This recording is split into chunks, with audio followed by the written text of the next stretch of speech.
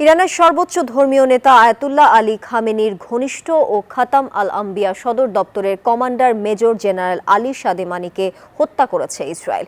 Israeli প্রতিরক্ষা বাহিনী IDF এর দাবি, সাদমানি ইরানের সামরিক বাহিনীর একজন সিনিয়র শীর্ষ কমান্ডার। সাদেমানির পদমর্যাদায় ইরানের যুদ্ধকালীন চিফ অফ স্টাফ, সবচেয়ে সিনিয়র সামরিক কমান্ডার ও ইরানের সর্বোচ্চ নেতা আলী খামেনির ঘনিষ্ঠ।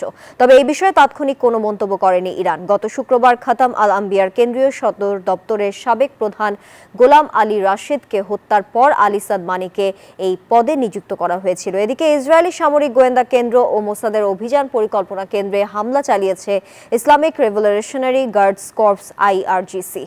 ইরানের আধা সরকারি তাসনিম নিউজ এজেন্সিকে প্রকাশিত এক বিবৃতিতে এই দাবি করেছে সংস্থাটি। বান্ডেল থাকলে প্রতি সেনমানিতে টাকা বাঁচবে।